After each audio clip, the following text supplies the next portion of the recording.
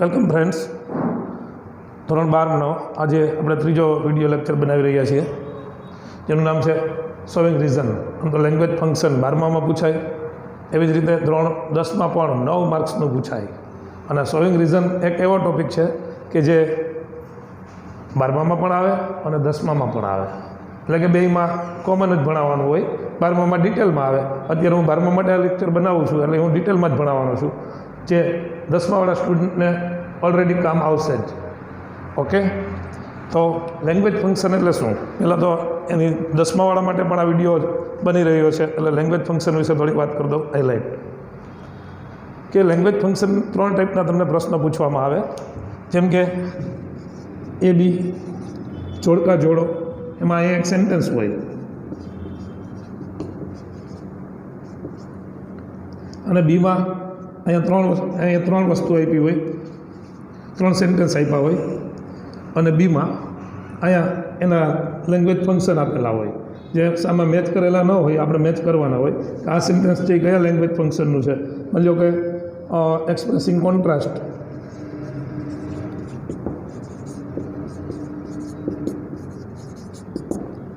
તો અહીંયા માની લો કે ધોવાળું વાક્ય હોય, ધો છતાં પણ, તો એની સામે આ તમારે મેચ કરવાનું, આ ફંક્શન એનું થયું ધોવાળા વાક્યનું. આ ટાઈપનું પૂછાય. ડાયલોગ પૂરો કરવાનું પૂછાય અને કમ્પ્લીટ ધ સેન્ટેન્સ પૂછાય. આમ 9 માર્કનું આમાંથી પૂછાય. એ સિવાય એડિટિંગની જે ખાલી જગ્યા આવે 3 માર્કની, એમાં પણ સંયોજક તરીકે આ ધો જે વાપરતા હોય છે, બટ વાપરતા હોય, yet, still, because, since, as, એ બધા સંયોજક તરીકે આપણે વાપરતા હોય, ત્યારે પણ એ આપણે 3 માર્કમાં વધારાનું કામ આવે, એટલે કે કુલ 12 માર્ક્સનું આપણે જે શીખવાના છીએ ટોપિક્સ એમાંથી પૂછાય. એમાંનો એક ટોપિક શોવિંગ રીઝન. રીઝન એટલે મિત્રો તમને ખબર છે શું થાય?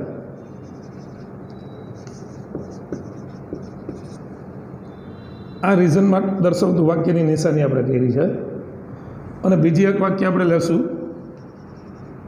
એ કોઈ એક્શન હશે. આજે કોઈ એક્શન છે, કોઈ ક્રિયા થઈ, તો એની પાછળ કંઈક રીઝન સમાયેલું હશે, એટલે કે 2 વાક્યો આવશે. આમાં કોઈ એક ક્રિયા આપણે લઈએ, ફોર એક્ઝામ્પલ, ફાધર સ્કોલ્ડેડ મી, પિતાજીએ મને ઠપકો આપ્યો, તો આ કોઈ એક્શન છે, ઠપકો આપવાની ક્રિયા થઈ. હવે આ જે ક્રિયા છે એનું રીઝન બતાવતું વાક્ય આ છે. એમાં એમ છે, આ 2 છૂટા વાક્ય છે, કોઈથી જોડાયેલા નથી. પિતાજીએ મને ઠપકો આપ્યો. હવે આમાં જે ઠપકો આપવાની ક્રિયા થઈ ને, એનું કારણ શું હતું એ આ વાક્ય બતાવે છે. આઈ હેડ ઇન્સલ્ટેડ ધ ગેસ્ટ, મેં મહેમાનોનું અપમાન કર્યું હતું. તો મહેમાનોનું અપમાન કરવાનું કારણ હતું, અને એટલે આ ક્રિયા થઈ. આ ક્રિયા થવાનું કારણ આ. તો ક્રિયા દર્શાવતું વાક્ય અને કારણ દર્શાવતા વાક્યોને આપણે જોડતા શીખવાનું છે. કેવી રીતે બને? કુલ આટલી વસ્તુ આપણે આમાં શીખવાની છે. બીકોઝ,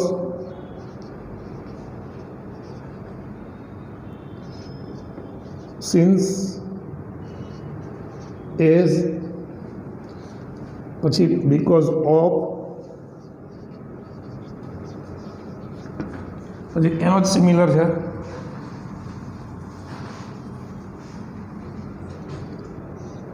ઓન અકાઉન્ટ ઓફ,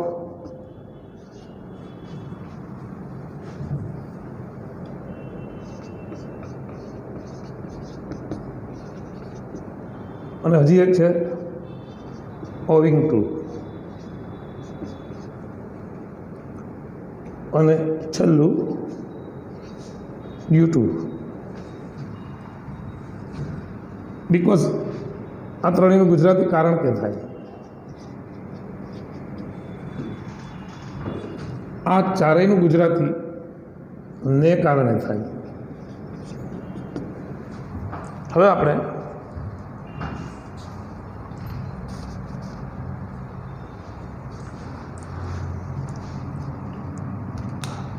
એક એકને ભણશું.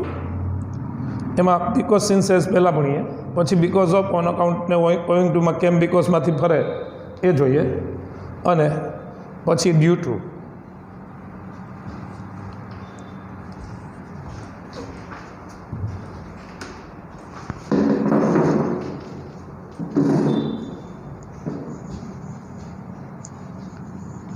ઓકે, જોજો મિત્રો, જોતા જઈએ. બીકોઝવાળા વાક્યને ફેરવવું હોય તો પહેલાં તો બે છૂટા વાક્યો આપેલા હશે, એટલે આપણે પહેલાં લખશું અહીં topic because, only because. Since અને એસ થોડુંક જુદું પડે એટલે આપણે હમણાં નહીં લખીએ. હવે એની વાક્ય રચનામાં શું આવે તો કે એક્શન દર્શાવતું વાક્ય વચ્ચે બીકોઝ આવે, પછી રીઝન દર્શાવતું વાક્ય આવે, એટલે કે કારણ દર્શાવતું વાક્ય આવે. એક્શન અને રીઝનની વચમાં બીકોઝ આવે. બીજી રીતે કહીએ તો કોઈ ક્રિયા થઈ, કારણ કે આ એનું કારણ હતું, તો કારણ દર્શક વાક્ય પાછળ આવે.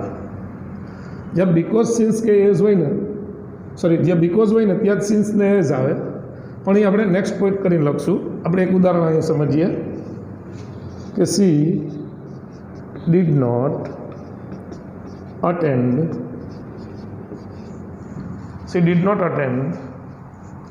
The meeting.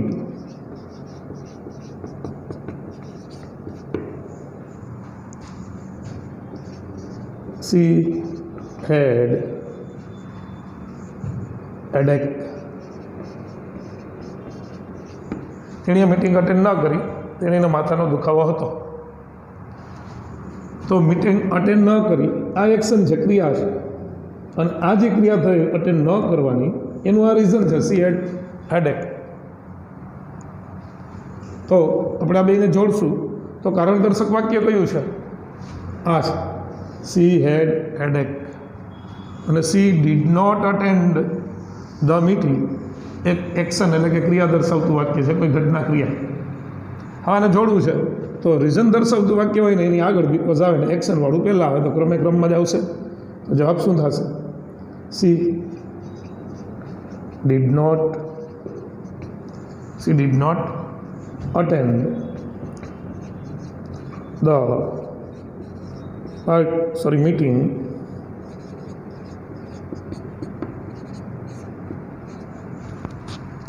because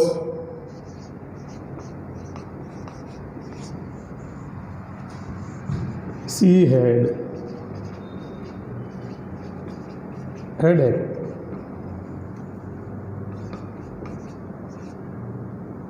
Because she had headache.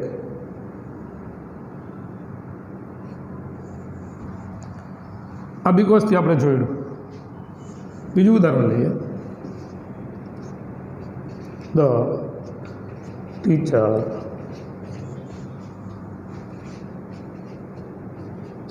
scolded him.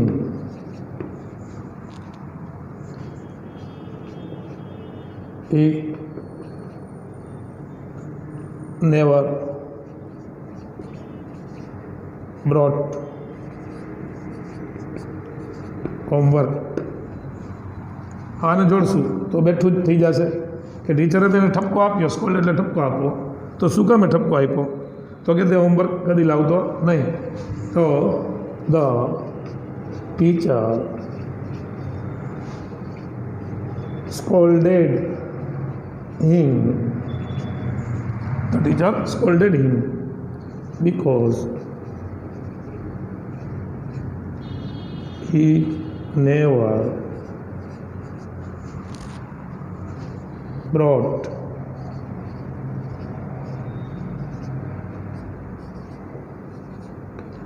homework. મિત્રો, આજ બીકોઝને તમે વાક્યની શરૂઆતમાં રાખી શકો, પણ મારે તમને એમ કહેવું પડે કે મોટે ભાગે બે વાક્યોની વચમાં બીકોઝ આવે. ક્યારેક તમે આગળ પણ પ્રયોગ કરો તો ખોટું નથી હોતું. આપણે એવું કરીએ,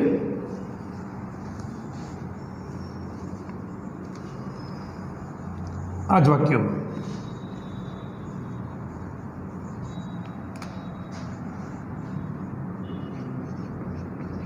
she had headache.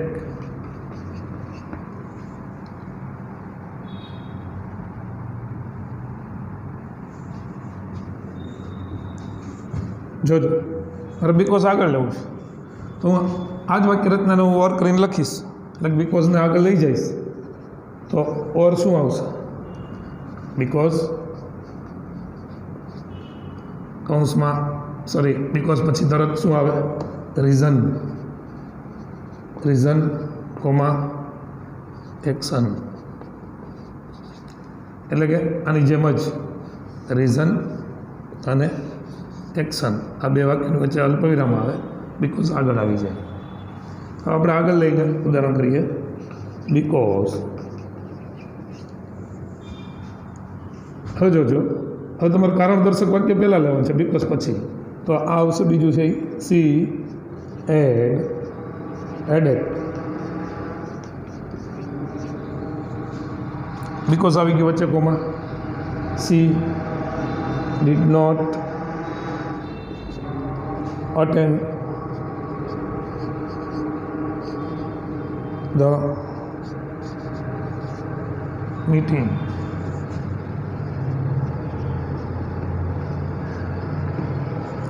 જ્યારે વચ્ચે બીકોઝ હોય ત્યારે એનું ગુજરાતી કરવું સહેલું પડે, કારણ કે પહેલાં વાક્યનું ગુજરાતી બીકોઝ એટલે કારણ કે બીજા વાક્યનું ગુજરાતી. પણ આગળ બીકોઝ હોય તો બે રીતે ગુજરાતી તમે કરી શકો.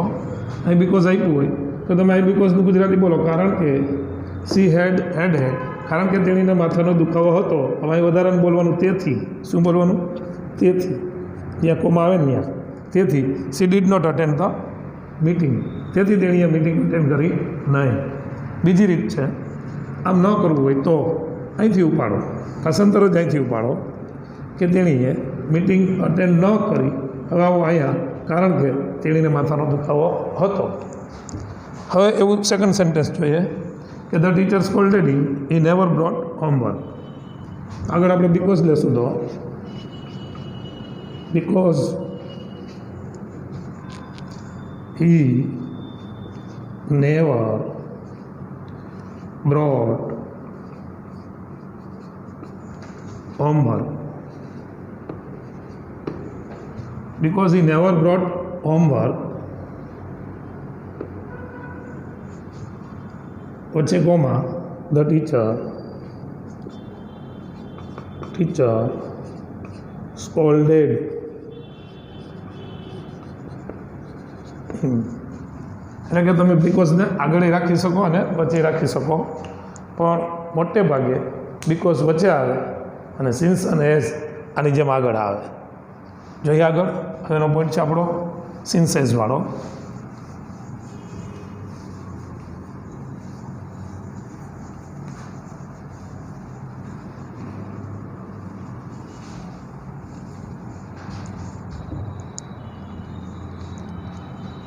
બીકોઝની જગ્યાએ આપણે સિન્સ વાપરવું હોય તો શું કરી શકીએ એ જોઈએ.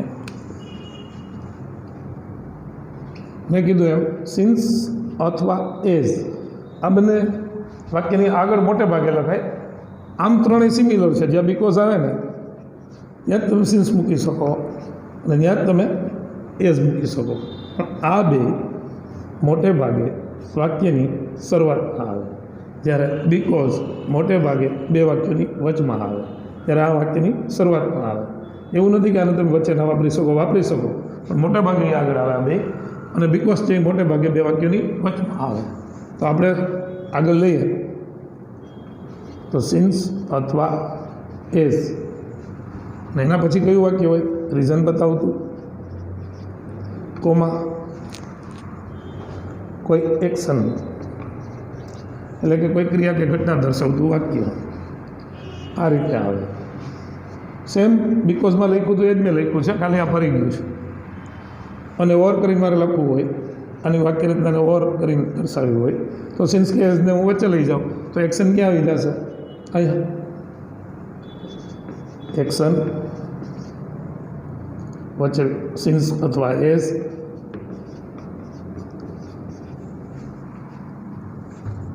વચ્ચે છે એટલે આપણે કેપિટલ નહીં રાખીએ, એઝ. અને એના પછી હંમેશા શું હોય? રીઝન બતાવતું વાક્ય. તો જુઓ, આ એક્શન બતાવતું વાક્ય, વચ્ચે બીકોઝ આવ્યું હતું એમ જ સિન્સ એઝ. પણ મોટે ભાગે આ વાક્ય રચના ફેમિલિયર છે, આ ઓછી ફેમિલિયર છે. એટલે કે તમને રેરેસ્ટ જોવા મળશે સિન્સ અને એઝ વચ્ચે. જ્યારે સિન્સ ને એઝનો પ્રયોગવાળા વાક્યો તમને વધારે પડતા આગળ પ્રયોગ થયેલા હશે ને એવા જોવા મળશે. એટલે કે તમારે યાદ કંઈ નવું રાખવાનું જ નથી. બીકોઝમાં, સિન્સમાં ને એઝમાં ત્રણેયમાં સેન્ટેન્સ પેટર્ન તો સરખી જ આવે છે કે હંમેશા આ ત્રણેય શબ્દો પછી રીઝન દર્શાવતું વાક્ય આવે. હવે આપણે ઉદાહરણ જોશું.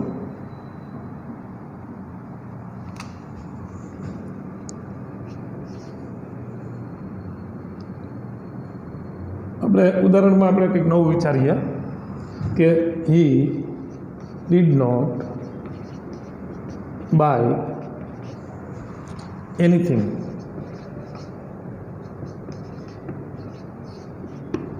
He did not buy anything. He had not money.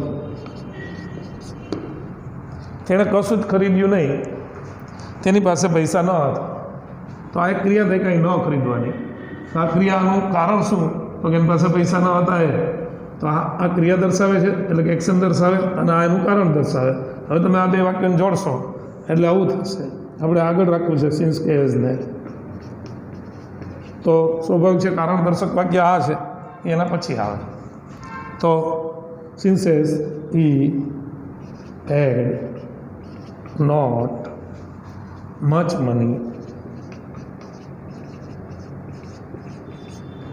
Since અથવા as he had not much money, comma he did not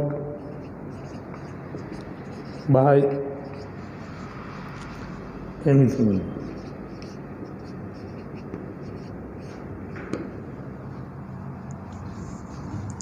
અને ઓર કરીને તમે લખી શકો છો આ જવાબને. તો he did not buy anything આગળ આવી જશે. he did not buy anything. જેમ બીકોઝ લઈ એમ જ સિન્સ લઈ લઈશું. સિન્સ અથવા એઝ બેમાંથી કોઈ પણ એક લેવું. હવે એના પછી જે વાક્ય છે એમનું રહેશે હી હેડ નોટ મચ મની. તો આ મિત્રો સિન્સ એઝ થયું. હવે જે મેન શીખવાનું છે એ હવે આવે છે.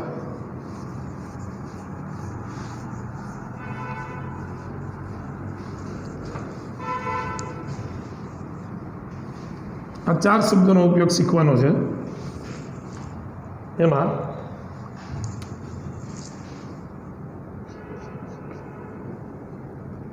બીકોઝ ઓફ,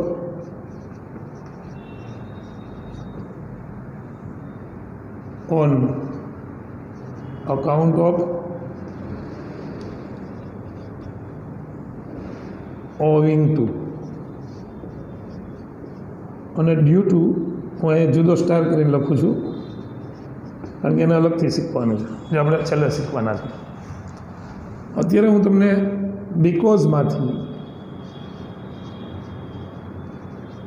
બીકોઝવાળું વાક્ય હોય તો એમાંથી આપણે આ ત્રણમાંથી ગમે એમાં ફેરવો. કેમાં? Because of, on account of,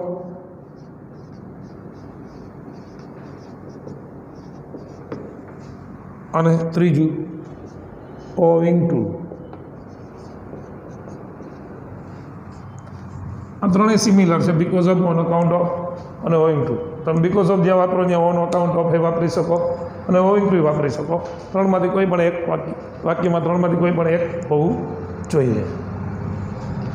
પહેલાં હું તમને બીકોઝવાળું વાક્ય એક લખીશ અને પછી આ સમજાવીશ કે કેમ થાય. પહેલાં એની વાક્યરચના બેયની જોશું આપણે.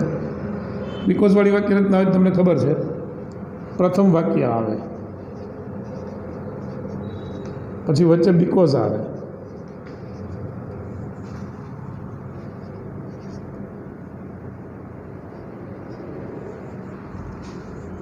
એમ તમે જ્યારે આમાં ફેરવો ત્યારે પ્રથમ વાક્ય એમનેમ રહીએ. પ્રથમ વાક્ય એમનેમ રહીએ. અહીંયા બીકોઝની જગ્યાએ બીકોઝ ઓફ આવે. આ ત્રણેયનું ગુજરાતી મેં લખ્યું હતું. આમ તો ચારેયનું એક જ થાય. ને કારણે શું થાય? ને કારણે. આ ચારેયનું. હવે પ્રથમ વાક્ય એમનો બીકોઝની જગ્યાએ બીકોઝ ઓફ લ્યો તમે, ઓન અકાઉન્ટ ઓફ લ્યો કે ઓવિંગ ટુ લ્યો, આટલી પ્રોસેસ થઈ. પેલું વાક્ય એમનું બીકોઝની જગ્યાએ તમારે આ લઈ લેવાનું, કોઈ પણ જેનો પ્રયોગ કરવો હોય એ. હવે જે છે ને એ શીખવાનું અહીંયા છે. અહીંયા બીજું વાક્ય હોય એનો કરતા હશે. કરતા પછી કાં ટુ બીનું રૂપ હશે, કાં ટુ હેવનું રૂપ હશે, અને કાં વર્બ હશે, પ્લસ અન્ય શબ્દો હશે. તમારે આ કરતા છે ને એનું સંબંધક કરવાનું. પછી આ ટુ બી છે ને એનું આઈએનજી કરી નાખવાનું, એટલે કે બીઇંગ. પછી આ ટુ હેવ છે ને, જો ટુ બી ના હોય તો ટુ હેવ હશે તો એનું તમારે આઈએનજી કરી નાખવાનું, એટલે કે હેવિંગ. અને જો વર્બ હોય એટલે કે કોઈ બારમાંથી કોઈ પણ એક કાળ હોય તો તમારે એનું VING એટલે કે વર્બિંગ કરી નાખવાનું, પ્લસ અન્ય શબ્દો એમનામ. ઉદાહરણથી જોઈએ આપણે કે Ramesh did not go to school.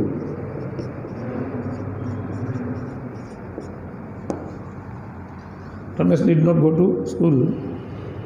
હવે બીકોઝ વાળું આપણે વાક્ય બનાવવું છે એટલે બીકોઝ લેશું. Because he was ઇલ. ઇલ ક્રિયાપદ નથી, વિશેષણ છે. પણ ટુ બી ઇલ એટલે માંદા પડવું થાય. બે ભેગું લ્યો ને ટુ બીનું રૂપ અને ઇલ, આ સહાયકારક છે ને ટુ બી, એના ભેગું ઇલ લ્યો એટલે માંદા પડવું થાય. એકલું ઇલ હોય ને તો માંદું થાય, વિશેષણ છે. હવે આપણે આમાંથી આપણે બીકોઝ ઓફમાં ફેરવતા શીખશું. પેલું વાક્ય જેમાં અહીંયા આપ્યું છે એનું બેઠું લેવાનું છે. તો Ramesh did not go to school.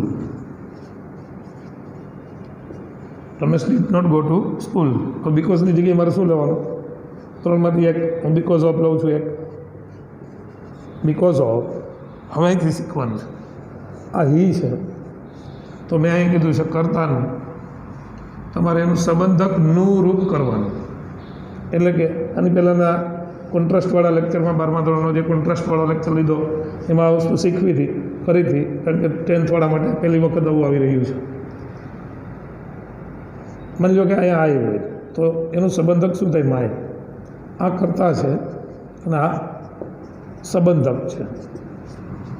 વી હોય તો અવર, યુ હોય તો યોર, હી હોય તો હીઝ, સી હોય તો હર, ઈટ હોય તો ઇટ્સ, મયુર હોય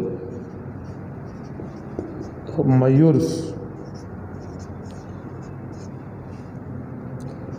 ટીચર્સ હોય બહુવચન તો ટીચર્સ.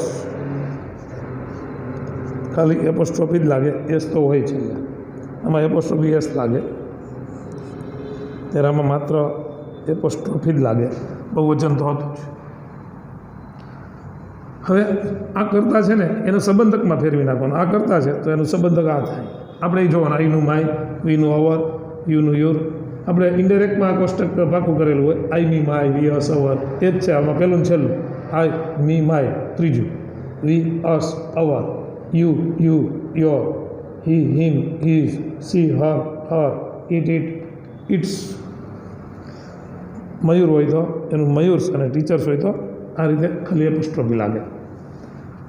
હવે અહીં આપણે પૂછ્યા કે સંબંધક કરવાનું, તો ચાલો આપણે કરતા શું છે? હી. તો એનું સંબંધક કરશું. એનું આપણે સંબંધક કરશું તો હીઝ થશે. હવે અહીંયા જે આવ્યું છે ને નેક્સ્ટ, એ કેવા છે એ તમારે જોવાનું છે. એ આમાં આવે કે આમાં આવે? ખાલી વોઝ છે તો એ ટુ બીનું રૂપ છે. કેનું છે? ટુ બીનું. એટલે એનું બીઈંગ થશે. આમાં નહીં આવે, આમાં નહીં આવે, કારણ કે એમાં ખાલી વોઝ જ હતું, ક્રિયાપદ નહોતું, હેવય નહોતું. એટલે હવે આપણે આનું ફેરવશું. એટલે જો ટુ બીના રૂપ હોય ને, ટુ બીના રૂપ કેટલા છે યાદ કરો. ટુ બી વર્તમાનકાળ હોય તો એમ, ઇઝ, આર. ભૂતકાળ હોય તો વોઝ, વેર. અને ભવિષ્યકાળ હોય તો સેલ વિલ કયો? સાચું ને? સેલ બી વિલ બી થાય, સેલ વિલ ન થાય, સેલ બી વિલ બી. હવે બીકોઝની જગ્યાએ બીકોઝ ઓફ, એનું હિઝ. હવે આમાંથી કોઈ પણ એક આવ્યું ને, કયું આવ્યું? વોઝ. હું એમ કહું કે આનું મૂળરૂપ શું? તો આ ટુ બી, કારણ કે ટુ બીના રૂપ છે. એનું મૂળરૂપ તો હોય ને આ બધાનું, તો એનું મૂળરૂપ શું છે? બી છે. અને એનું એનજી કરો એમ કહું તો તમે શું કરશો? બી. તો બીકોઝ ઓફ ઇઝ, આનું કરશું બીઈંગ. ઇલ અન્ય શબ્દ છે, એમને રાખી દેવાનો. આ વોઝનું શું કર્યું આપણે? બીઈંગ. એનું આપણે શું કર્યું? ઇઝ. બાકીનું એમને.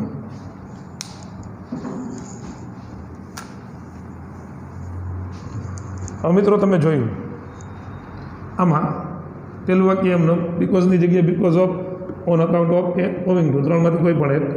અને એના પછીના વાક્યમાં એક પ્રક્રિયા કરવાની હોય. જો કરતા હોય તો એનું સંબંધક કરવાનું, ટુ બીનું રૂપ હોય તો એનું આઈએનજી બીઈંગ કરવાનું, ટુ હેવવાળું વાક્ય હોય તો હેવિંગ કરવાનું. કોઈ પણ કાળનું વાક્ય હોય, વર્બ એટલે કાળ 12માંથી, તો એ જે ક્રિયાપદ હોય ને મેન, એને છેડા આઈએનજી લગાડવાનું, બાકીનું બધું કાઢી નાખવાનું. બીજું ઉદાહરણ,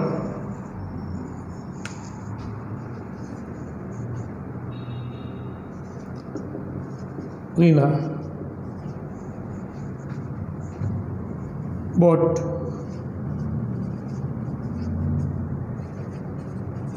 many things. She had much money. રીનાએ ઘણી વસ્તુઓ ખરીદી, એની થિંગ્સ આવે. Reena bought many things. She had much money. તો આને તમે બીકોઝથી જોડશો તો બીકોઝ અહીં વચમાં આવી જશે. આપણે જરાક બીકોઝ દર્શાવી દઈએ. Because she had much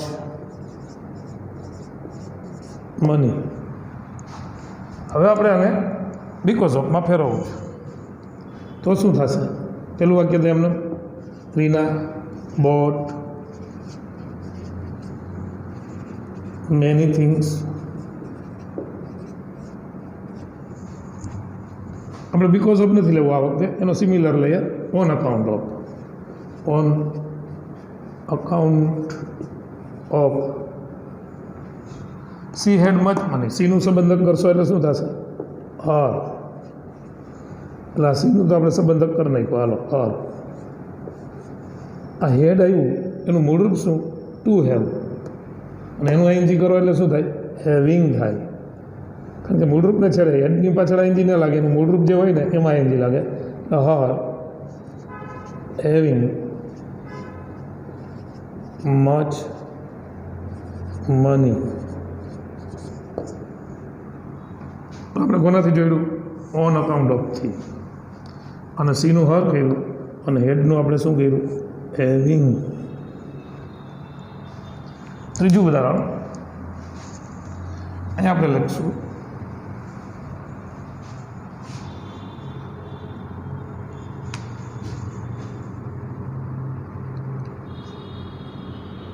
father scolded me because I disobeyed.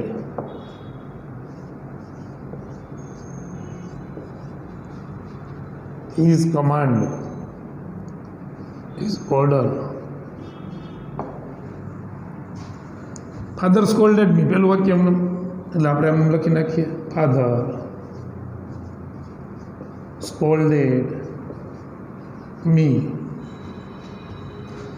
Owing two લઈ આ વખતે ઓવિંગ ટુ આઈનું સંબંધક માય ક્રિયાપદ આવ્યું ડિસઓબે. આ વર્ક છે V2 છે. આનું મોડું શું થાય તો કે ટુ ડિસઓબે, અને એનું તમે આઈએનજી કરશો એટલે ડિસઓબેઇંગ થઈ જશે.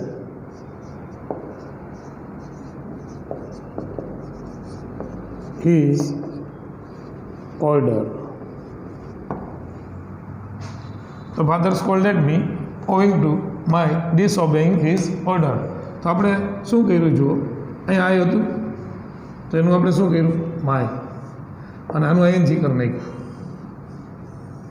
આ કઈ કેટેગરીનું હતું? વર્બનું હતું. કોનું? ટુ બીનું નહોતું, ટુ હેવનું નહોતું, પણ કાળનું હતું. એટલે આપણે એનું આઈએનજી કરી નાખવાનું હોય. આ ત્રણ જો તમને ઓછું સમજાતું હોય તો થોડુંક રિવાઇઝ કરી અને શીખજો, આવડી જશે. હવે આપણે વધ્યું ડ્યુ ટુ. એમાં શું કરવાનું છે એ આપણે હવે લખીને જોઈએ.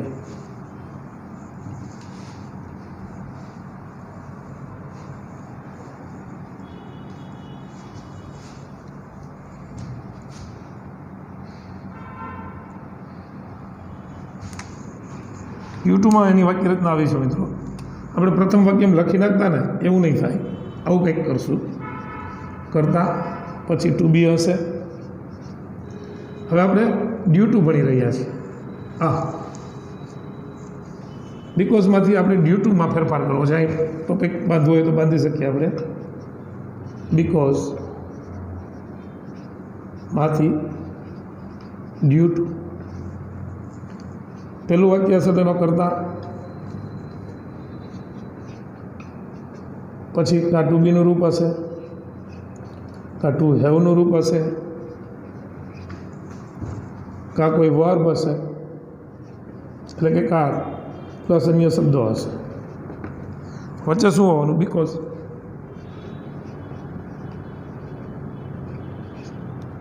બીકોઝ હોવાનું.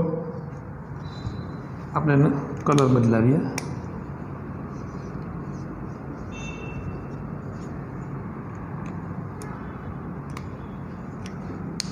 હવે પાછી ઓલી વાક્ય રચના સેમ લખવાની.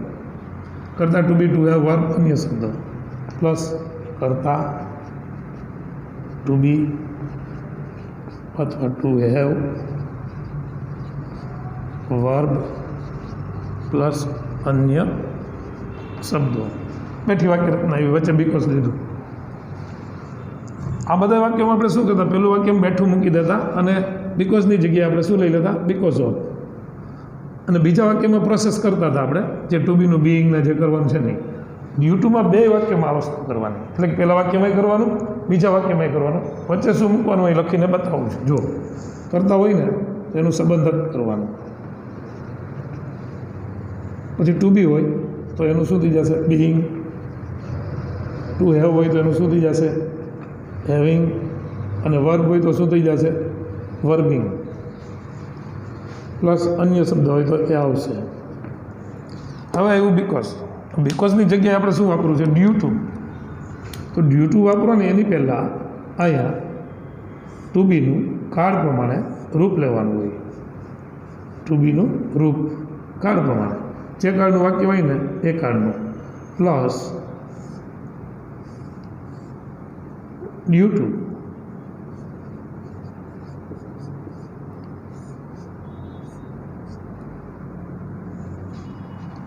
આ બીકોઝની જગ્યાએ તમે કરવાનું. એ બીકોઝની જગ્યાએ ટુ બીનું રૂપ લેવાનું કાળ પ્રમાણે, અને એનું પછી તરત ડ્યુ ટુ લેવાનું. પ્લસ છે આ, પ્લસ ડ્યુ ટુ. પછી અહીંયા આમાં જેમ પ્રોસેસ કરી એમ આમાંય થશે. બે વાક્ય પ્રોસેસ કરવાની છે, બીજું કંઈ નથી. પ્લસ સંબંધક.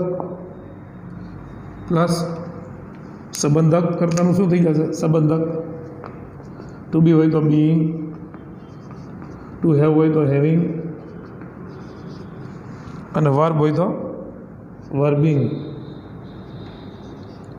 અન્ય શબ્દો તો આવે જ છેલ્લે. હવે હું આ ત્રણેય ઉદાહરણમાં હવે તમને ડ્યુ ટુ સમજાવીશ અને જવાબ હું કાઢી નાખું છું.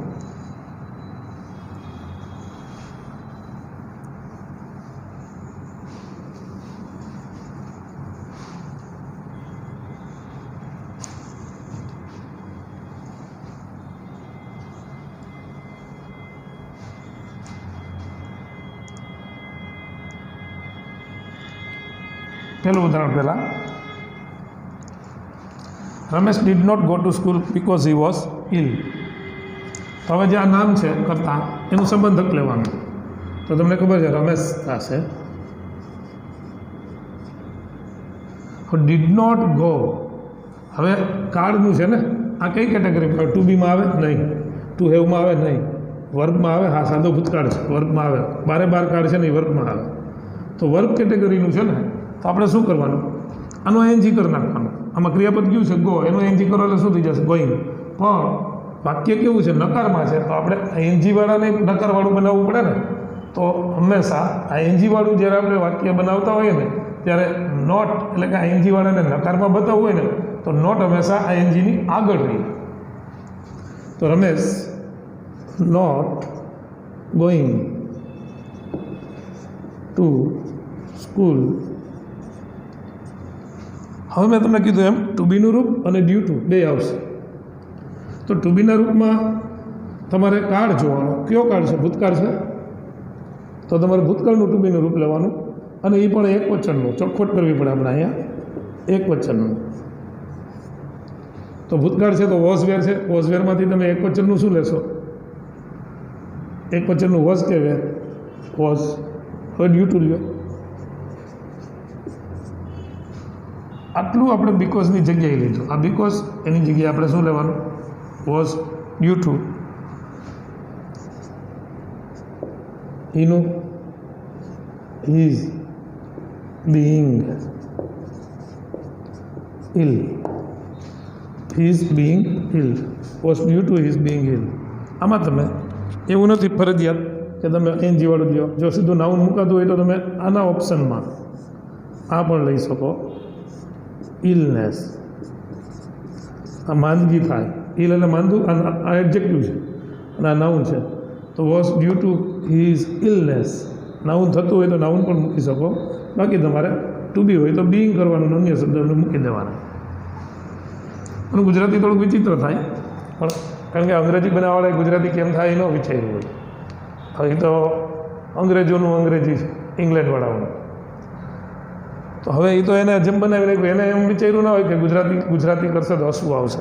અને ગુજરાતી એવું થાય, Ramesh not going to school, એટલે રમેશનું શાળાએ ન જવાનું તેના માંદા હોવાને કારણે હતું. રમેશનું શાળાએ ન જવાનું તેના માંદા હોવાને કારણે અથવા તેની માંદગીને કારણે હતું. હવે આપણે આને ફેરવીએ તો રીના છે તો રીનાસ થઈ જશે. હવે આનું એનજી. બોર્ડ છે તો એનું મૂળરૂપ બાય થાય, એનું એનજી કરો એટલે buying. Much, sorry many things છે ને, many things. Reena's buying many things. હવે કયો કાળ હતો? ભૂતકાળ. તો two બીનું was. Due two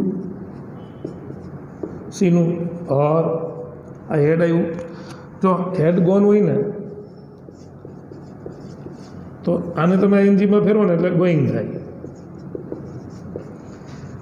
is singing હોય ને તો આને તમે એનજીમાં ફેરવો ને, આ કાળના છે ને, આ ચાલુ વર્તમાન કાળ છે ને, આ પૂર્ણ ભૂતકાળ. તો આનું એનજી કહીએ તો સિંગ એટલે મૂળરૂપ, અને એનું એનજી એટલે સિંગિંગ થાય. આ ગોઈંગ, સિંગિંગ, આ રીતે.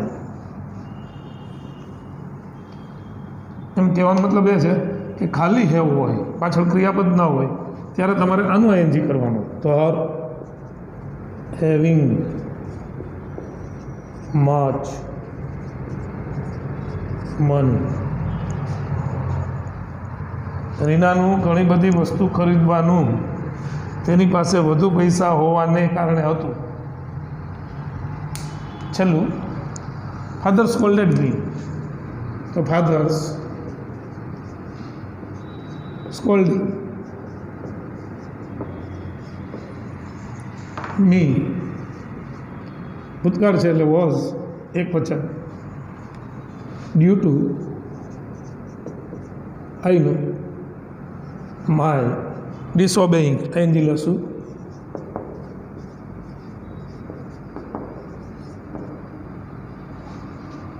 His order. તો આમાં આપણે શું કર્યું, પહેલાં વાક્યને ફેરવી નાખ્યું, પછી અહીં બીકોઝ હતું ને એની જગ્યાએ આપણે ટુ બીનું રૂપ અને ડ્યુ ટુ લીધું. તો આ બીકોઝની જગ્યાએ આપણે આ ફેરફાર કરવાના હોય, એ કરતાં આવડી જાય આપણે વાક્ય રચના આવડી ગઈ કહેવાય. તો મિત્રો આપણે આટલી વસ્તુ શીખા.